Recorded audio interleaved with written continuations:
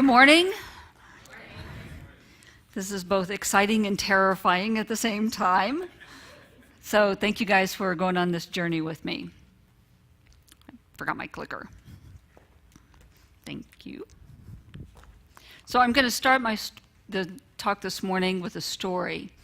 I came across this story on the internet, and it's about a gentleman by the name of Gregory Johnson and another gentleman by the name of Jim. Gregory Johnson was standing in the line at the deli at one of the grocery stores, and he looked down and he saw Jim in one of the wheelchair carts, and in the basket he had the roses, and there was a birthday cake. And he said, he looked down at him and he said, "Oh, it looks like you're going to have a celebration tonight." And he said Jim looked up at him with probably the saddest eyes he's ever seen. And he said, "Well, actually," he said, "these are to celebrate my wife's birthday. She died 5 years ago. And every year, I still come and I get the roses. And I'll take the roses home and I'll put those on my table. And I'll cut 2 pieces of birthday cake. And I'll share that birthday cake for my wife." And Gregory said, oh, gosh, he felt so much empathy for this man. So he wanted to just do something to make him feel better. So he started asking him questions. And so he asked him about his life, and Jim was able to start talking about his wife and the life that he had had. They'd been married for 53 years. And he told him how they had met and how amazing this woman had been and how amazing his life had been. And they talked for an hour and a half. And at the first of this, it had also become a tradition for the store manager to come and take a picture of Jim. And so he had come at the beginning of the conversation and taken a picture of Jim. But then at the end of the conversation, he came back and he said, "Can I take another picture?" And that was the picture that they got, with Jim with a big smile on his face and very light and feeling so much better. And Jim asked if Gregory would go back to his house and help him share this birthday cake with him. And of course, Gregory's like, "I would be honored to do that for you." And so they went back, they told lots of stories, and they poured through a bunch of old pictures. And then they had the birthday cake for his wife. And they decided that later on they were going to get together and they were going to have lunch. And they made that connection. That's our lives. That's our message, is those everyday interactions that we have with people. That interaction that we have with the grocery store clerk, or the reaction that we have when there's the elderly person in front of us paying with a debit card and they can't remember which buttons to push, and how we react to that. Or when we're having that conversation with our spouse or our roommate or our kids first thing in the morning, and we are so tired and we're running behind already in that conversation.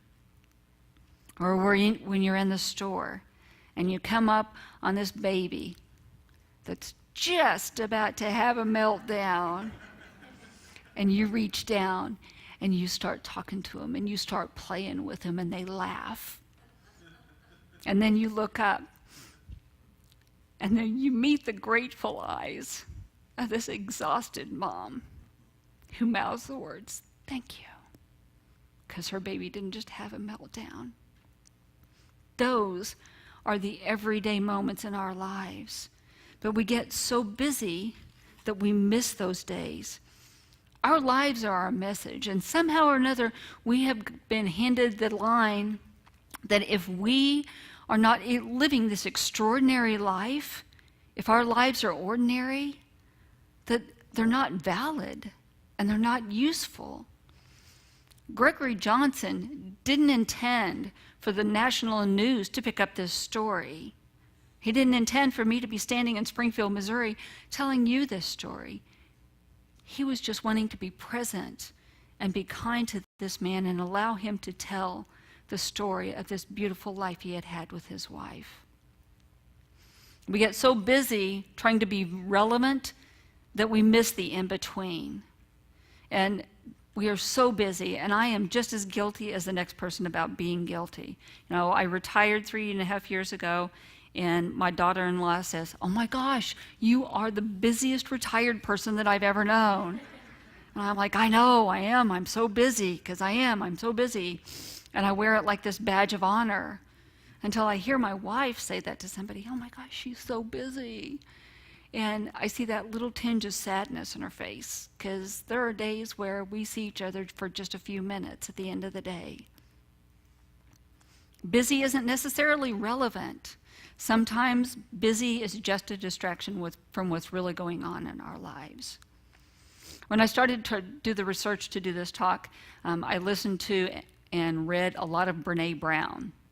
If you're not familiar with Brené Brown, amazing, amazing woman. She has, I don't know how many books that she has, but I know at one point she had 3 books at the same time on the New York Times bestseller top 10 list. So needless to say, she's pretty amazing. She said when that happened, her husband was upstairs, and all of a sudden she heard him yelling, "Hat trick, hat trick!"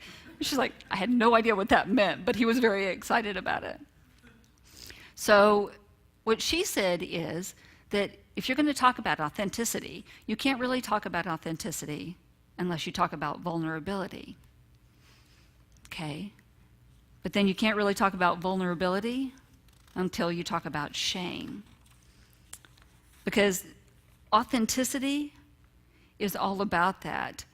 And it's like, I'm just sitting here and I'm thinking, oh my gosh, if I have to talk about authenticity and vulnerability and shame, that's about 4 or 5 hours worth of material, and I've got 25 minutes that I can talk, and I don't know what I'm going to do here.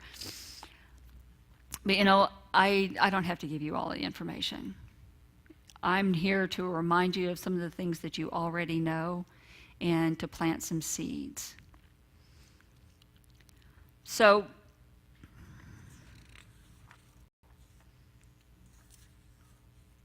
well, I've gotten messed.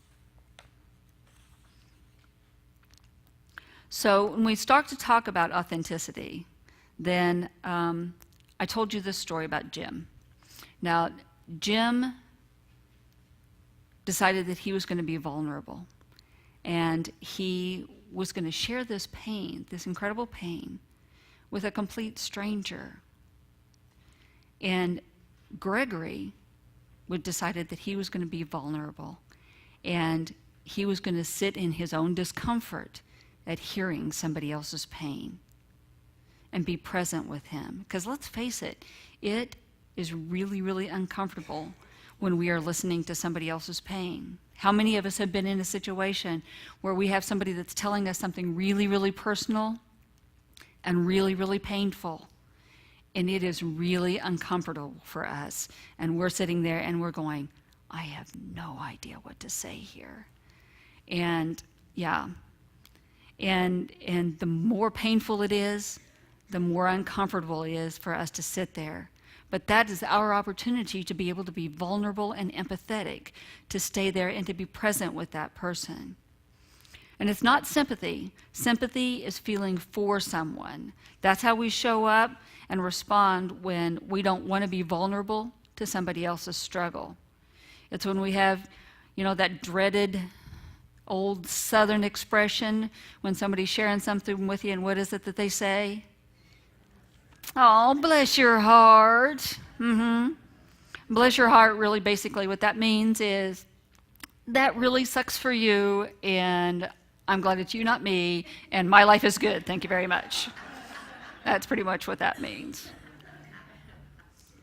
Brené also said, though, that what she discovered in her research is that an empathetic response is that you're feeling with someone.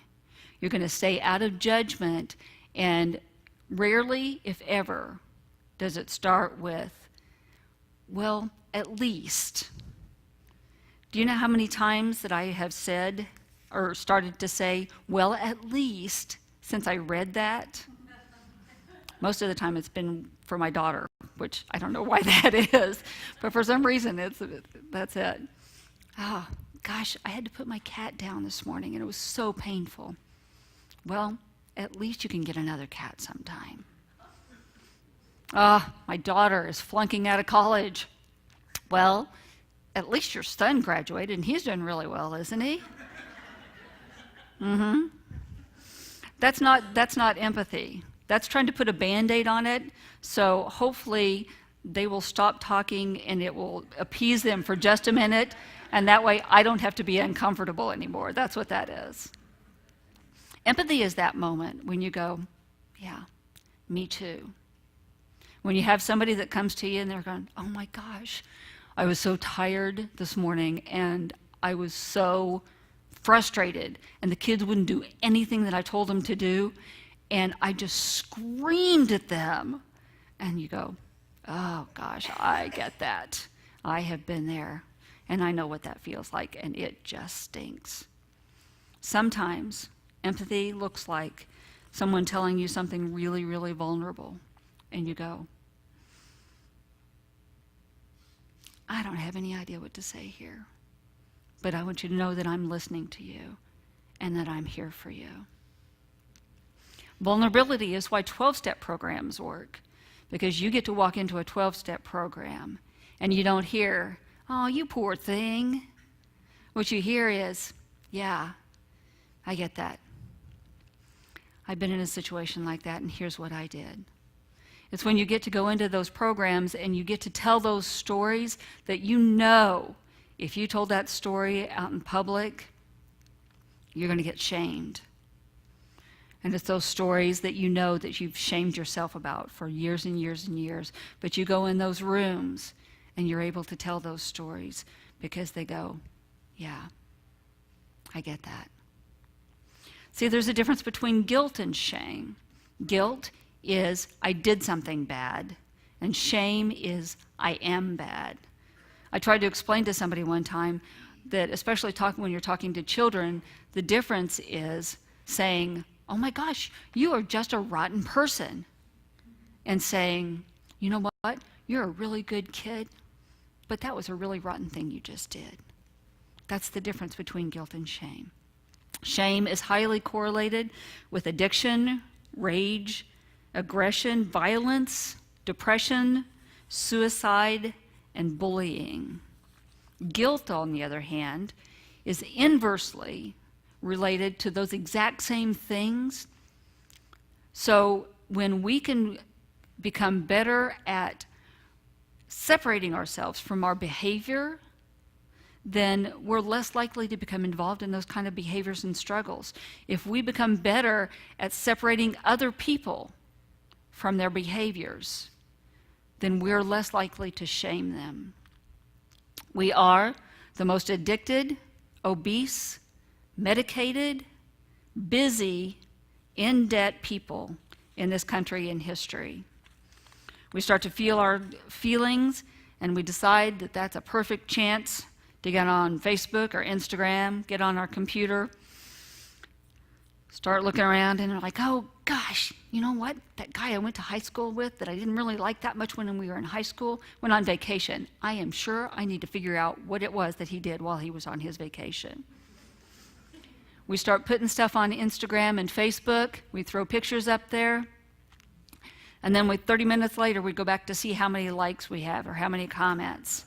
And you go back and you go, I only got 15 likes and 1 comment? Why am I not relevant? Look at that face. I should have had at least 50 likes and some loves and at least 10 comments telling me just how adorable my grandson is. Okay, that may have been just a completely shameless ploy to throw a picture of my grandson up there. Might have been. But that is what we do, isn't it? We try to numb all of those vulnerable feelings and that vulnerability by eating, by alcohol, by staying busy, by getting on social media. But the thing is, when we numb those dark emotions, the shame, the not good enough, the fear, we also numb gratitude and belonging and joy. We have a culture right now that is just inundated with not good enough. All of the ads are going to tell you how much you need all of these things because you're not good enough as you are. Never fill in the blank enough. Not good enough, that one's up at the top because that's the biggest one. Not good enough.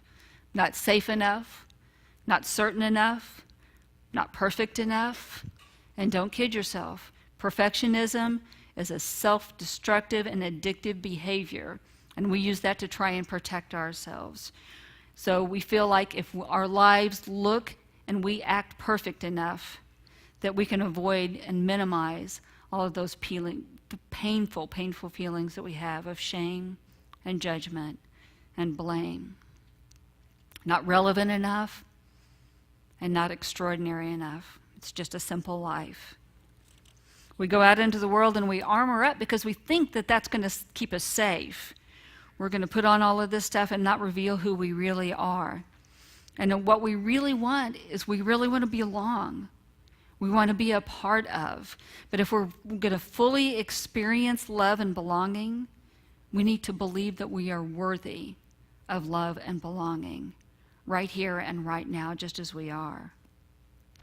We try to distance ourselves from those parts of our lives that don't fit into who we think we're supposed to be. And then we stand outside of our own story, and we hustle for worthiness by constantly performing and perfecting, pleasing. That's a big one, isn't it? Improving. Trading our authenticity for approval is always a mistake. I'll be worthy when? When I lose 20 pounds. When I get and stay sober. When everyone thinks I'm a good parent. That was a big one for me. When I can make a living selling my art. When I can finally, if I can just hold my marriage together. When I make partner. When my parents finally approve of me. If he calls back and he asks me out. When I can do it all and look like I'm not even trying. You know, I recognize in myself as a parent that that was so big for me because I felt like if I could get my kids to look and act perfect enough that people would feel like I was a good parent. And back 20 years ago when I had my kids, especially in this part of the country, there were not a lot of gays and lesbians who were having kids. So it was really important for me that my kids looked normal because there were a lot of people in this area that believed that gays and lesbians should not be parents, that we were going to mess our kids up. So it was important for me to make sure that my kids didn't look messed up and that they stayed in that little box. And especially when we as parents, we look at our kids and we all go through the same things. I mean, we all mess our kids up. I mean, let's just face it, we do. We all mess our kids up. You know, we do stuff that we don't tell each other about. It's like, oh my gosh, you know, now what have I done? Like the other day, I got in the van and put my grandson in the back in his car seat, and I'm getting ready to pull out, and I hear, hey, back there, and I look in the rearview mirror, and he's pointing at the door because I forgot to shut the door. Yeah, he was not having it. I got out, and I'm like, ooh. I said, Grandma forgot to shut the door, didn't she? And he looks at me, and he's like, yeah. He's 3, you know. Or when I get a phone call from my daughter, she sounds so exasperated, and she's like, Mom, where are you? And I'm like, I'm just leaving Price Cutter. Why? Where are you? She's like, Mom, you brought me with you.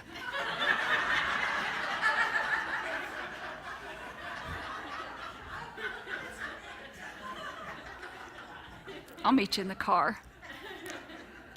Yeah. You know, owning our own story is hard, but it's not as hard as spending our lives running from it. When we really show up as authentic and we show up as who we are, we find out just how much alike we really are. Shame causes us to keep ourselves in fear of being laughed at, fear of not belonging, fear of failure, and fear that if I really tell somebody who I am, they're not going to love me. But the thing is that just the opposite is true. How many people do you know that really show up as authentic? And my gosh, how much do you love them for that? But we are so afraid of that. Shame hates it when we reach out and we tell our stories and when we're willing to be vulnerable. But one thing I want you to realize, though, is everyone has not deserved the right to hear your story when you are in the middle of that pain. If you are in the middle of a crisis and you're in the middle of pain, you find somebody who has deserved the right to hear that pain. Somebody who's going to look at you and they're going to be empathetic and they're going to be compassionate and they're going to love you back. Glennon Doyle says that we don't share our stories on a wider scale from our scars. Or we do share our stories on a wider scale from our scars, not from our wounds. We tell our stories to a greater audience when we have already healed, when we have gone through that process and we have healed from those wounds. It doesn't do anybody any good for you to get on Facebook and tell everybody, I just found out that my husband's cheating on me. It doesn't come from a place of authenticity or courage, because everybody has not deserved the right to hear your pain. What it does do, though, is if you are in a situation and you're sitting with someone who is really struggling and is really, really depressed, and you look at them and you go, yeah, I've been there. You know, I tried to commit suicide once. I'm so grateful that I'm still here. And it gets better. That's courage. And that's vulnerability. It's not some grand gesture that's going to change the world, but it sure is a gesture that's going to change the life of that person that you just talked to. There's an amazing quote by Theodore Roosevelt. And Brene Brown said when she heard this, when she talked about showing up, that this quote changed her life. It says, it's not the critic who counts. It's not the man who points out how the strong man stumbles or how the doer of deeds could have done things better. The credit belongs to the man who is actually in the arena, whose face is marred with dust and sweat and blood, who strives valiantly and comes up short again and again, who at the best, at the end, knows the triumph of high achievement, and at the worst, if he fails, at least he fails while daring greatly. But here's an almost guarantee. If you show up in the arena, sometimes you're going to get your butt kicked. Because what you do when you show up as authentic is you put a mirror up to everyone else. And when you put a mirror up to somebody that's not showing up as authentic, then they see that they're not showing up as authentic, and that doesn't feel good. But you are also going to get some of the most incredible, amazing rewards that you ever had in your entire life. Who here has seen the movie 42? That's a Jackie Robinson story. Such a good movie, such a good movie. For you young people who have no idea who Jackie Robinson is, Jackie Robinson was the first black Major League Baseball player. He just wanted to play baseball. He was not there to change people's minds about what race was. He was just there to play baseball. But he endured some of the most horrendous, awful torture and abuse than you can imagine. Not just from the fans and the players on the opposing team, but from the people on his own team that wouldn't recognize that. But he had to stand in his own authenticity and recognize that he was good enough and that he had earned the right to be there. There's a scene in the movie where he's up to bat And the manager for the other team is just berating him, just saying some of the most awful, horrendous, dehumanizing things that you can even imagine, constantly saying these and screaming these things at him.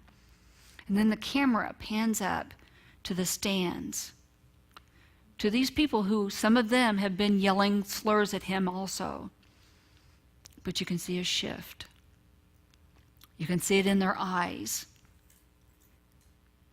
that they realize that nobody deserves to be treated like that.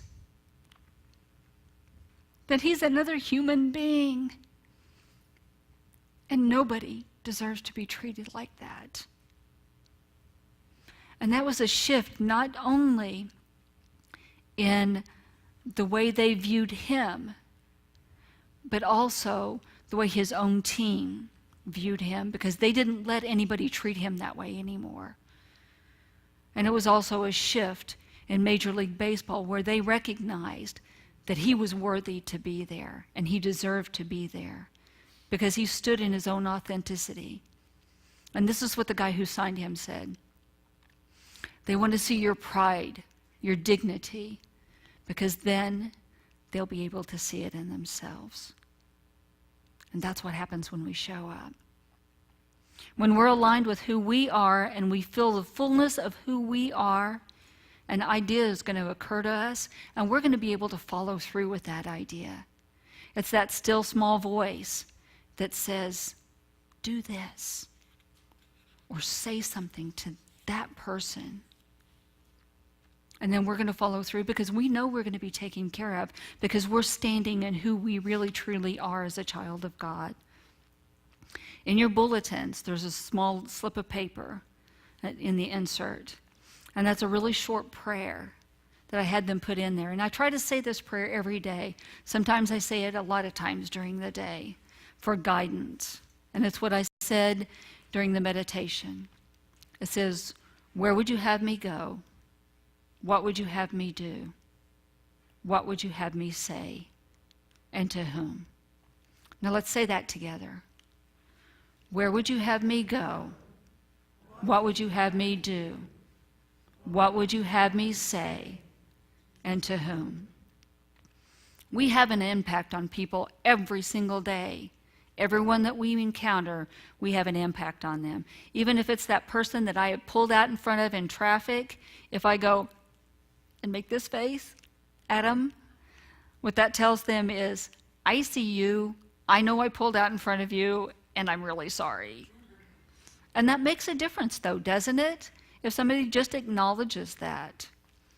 Trust that nudge that you get that says, do this, or say this. My very, very favorite quote is a quote by Marianne Williamson, and it comes from the book A Return to Love. And it goes like this. Our deepest fear is not that we're inadequate. Our deepest fear is that we are powerful beyond measure. It's our light that most frightens us. We ask ourselves, who am I to be brilliant, gorgeous, talented, fabulous? Who are you not to be? You, and you, and you, and you are a child of God. Your playing small does not serve the world. It's not enlightened to shrink so other people don't feel insecure around you. We are made to shine as children do. We are born to manifest the glory of God that's within us. And it's not just in some of us, it's in all of us. And this is my very favorite part. As we let our own light shine, we unconsciously give permission to others to do the same.